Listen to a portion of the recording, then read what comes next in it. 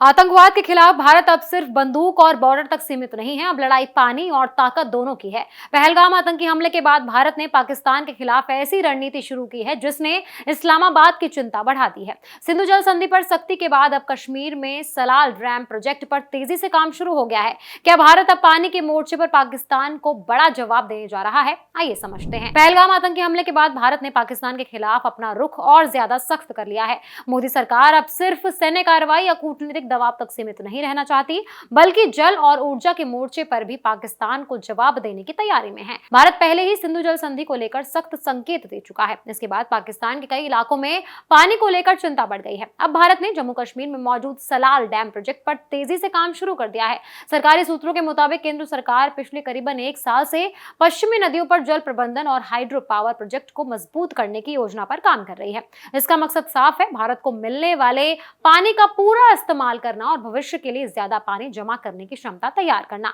इसी योजना के तहत अब सलाल डैम में जमा गादियानी मिट्टी और कचरे को हटाने का बड़ा अभियान शुरू किया गया है। इसे डीसिल्टिंग कहा जाता है। अधिकारियों के मुताबिक एनएचपीसी ने डैम की सफाई का काम शुरू कर दिया है और इस साल से बड़े स्तर पर सिल्ट फ्लशिंग का भी काम किया जाएगा। बताया जा रहा है कि अगले 3 से 4 साल तक ये काम लगातार चलेगा। हर साल करीबन 40 से 50 मिलियन क्यूबिक मीटर गाद निकालने का लक्ष्य भी रखा गया है। इससे डैम की पानी की जमा करने की क्षमता बढ़ेगी और बिजली उत्पादन भी ज्यादा बेहतर तरीके से हो सकेगा। भारत अब पश्चिमी नदियों पर अपनी हाइड्रो पावर क्षमता को भी तेजी से बढ़ा रहा है। फिलहाल एनएचपीसी नदियों पर 2219 मेगावाट बिजली उत्पादन कर रही है। वहीं 3514 मेगावाट क्षमता वाले कई नए प्रोजेक्ट भी अभी निर्माण के अलग अलग चरणों में हैं। इन परियोजनाओं का फायदा सिर्फ बिजली तक सीमित नहीं रहेगा। जिन राज्यों में ये प्रोजेक्ट लगाए जा रहे हैं वहां लोगों को मुफ्त बिजली का हिस्सा भी मिलेगा। साथ ही हजारों लोगों को रोजगार भी मिल रहा है। अधिकारियों की माने तो हर बड़े प्रोजेक्ट से करीबन 6000 रोजगार के अवसर पैदा हो रहे हैं और इनमें ज्यादातर स्थानीय लोगों को काम दिया जा रहा है।